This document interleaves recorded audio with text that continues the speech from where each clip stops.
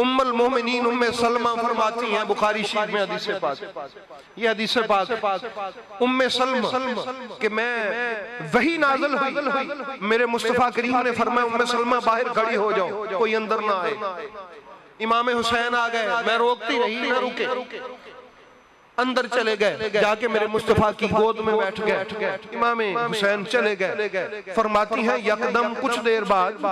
میں نے اپنے مصطفیٰ کے رونے کی اونچی اونچی آواز سنی، ہچکیوں سے رو رہے تھے میرے مصطفیٰ، آنسو بہ رہے تھے۔ کبھی میں نے اپنے اس صبر والے رسول کو یوں روتے نہیں دیکھا۔ بیوی میرے مصطفیٰ فرماتی گھبرا گئی، گھبرا کے میں اپنے مصطفیٰ کریم کی بارگاہ میں حاضر خدمت ہوئی، یا رسول اللہ خیر ہے، کیا ہوا؟ تو فرمایا اس وقت میرے مصطفیٰ بڑا رویا، فرمایا مجھے جبریل نے خبر دی ہے کہ اے محمد صلی اللہ علیہ وآلہ وسلم، یہ جس سے آپ اتنا پیار کرتے ہیں نا، اس کو آپ کا کلمہ پڑھنے والے یوں قتل کر دیں۔ مجھے مٹی دکھائی جبریل نے ان کی، وہ کربلا کی لا کے سرخ مٹی، تو جس حسین کے قتل کو یاد کر کے میرے مصطفیٰ روئے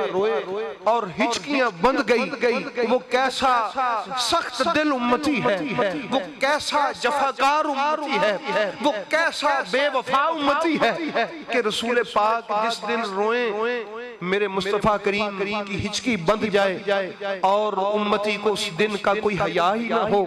وہ اس دن کے بارے میں یہ مناظرے کرے کہ اس مہینے میں شادیاں ہو سکتی ہیں، اس مہینے میں خوشیاں منائی جا سکتی ہیں، تجھے حیا ہوتا تو تو کبھی نہ کہتا۔ نبی کا حیا ہے احباب گرامی، مگر وہ بے حیا آدمی ہوتا ہے، وہ بدبخت آدمی ہوتا ہے جس کو یہ حلال اور حرام کی باتیں سوجھ رہی ہوں، وہ جی نکاح تو حلال ہوتا ہے۔ بھئی تو یہ سوچ کہ اس 10 محرم کو میرے نبی کی حالت کیا تھی، ان محرم کے دنوں میں میرے مصطفیٰ کے قلب اطہر پر کیا گزری تھی،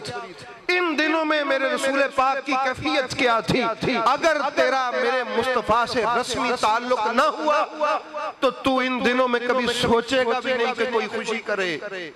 تیری کیفیت بابا فرید جیسی ہوگی، تیری کیفیت خواجہ ساور پیا جیسی ہوگی، تیری کیفیت خواجہ نظام پاک جیسی ہوگی، تیری کیفیت ہمارے ان اولیاء جیسی ہوگی۔ تو احباب گرامی، ہمارے ماں باپ اچھے تھے، ہمارے دادی دادا اچھے تھے، جو بھلا وقت گزار گئے کہ جب ان ملاؤں اور ملوانوں کا چکر نہیں تھا، وہ حقیقت میں حسینی تھے، وہ غم حسین منانے والے تھے، وہ اس محرم کا احترام کرنے والے تھے، وہ اس محرم میں نبی کا حیا کرنے والے تھے۔ آج ان ملاؤں نے بے حیا قوم پیدا کر دی، جو مسئلے کرتے وہ جی خوشیاں منا لینے میں کوئی حرج نہیں ہے، سرمے ڈالیں، کپڑے پہنے۔ میں البدایہ والنہایہ میں یہ بات باقاعدہ طور پہ موجود ہے، میں انشاءاللہ اگلے جمعے آپ کو زندگی رہی تو پڑھ کے سنا دوں گا کہ شام کے نواسب، یہ یزید کا جہاں تخت حکومت ہے، وہ شیعہ کی دشمنی میں محرم الحرام کے اس عشرے میں بالخصوص 9-10 محرم کو اچھے کپڑے پہنتے، سرمے لگاتے، خوشبوئیں لگاتے، عید کی طرح اس دن کو گزارتے اور بہترین سے بہترین کھانے پکاتے۔ یہ روایت میں موجود ہے، ان سے پوچھتے کہ تم حسین علیہ السلام کے قتل پہ خوش ہو؟ وہ کہتے نہیں، ہم اس لیے مناتے ہیں کہ یزید کو تو سب نے مانا ہوا تھا، حسین اس کو معزول کرنے آ رہا تھا، حسین امت میں تفریق ڈالنے آ رہا تھا، حسین امت کو پاش کرنے آ رہا تھا، تو جو امت میں تفریق کرنے آئے اس کے قتل پہ خوشی کرنی چاہیے۔ تو ان دنوں میں یہ نئے نئے کپڑے پہننا،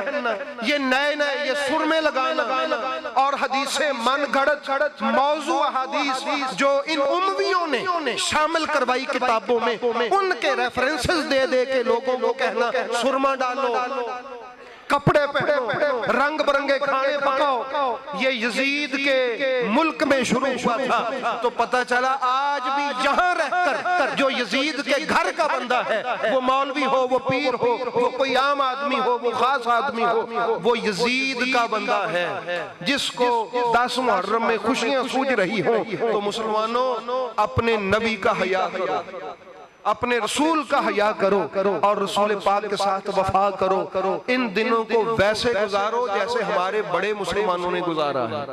جیسے ہمارے باپ داداؤں نے گزارا ہے. وہ مسلمان تھے, ان کا طریقہ درست تھا. تو غم حسین میں آپ ان دنوں میں اپنی مصروفیات ایسے رکھیں, بالخصوص 9 اور 10 محرم چھٹی ہوتی ہے, جن کو نہیں ہوتی وہ چھٹی کریں, اور جن کے نام کی چھٹی ہے ان کے نام پہ گزاریں.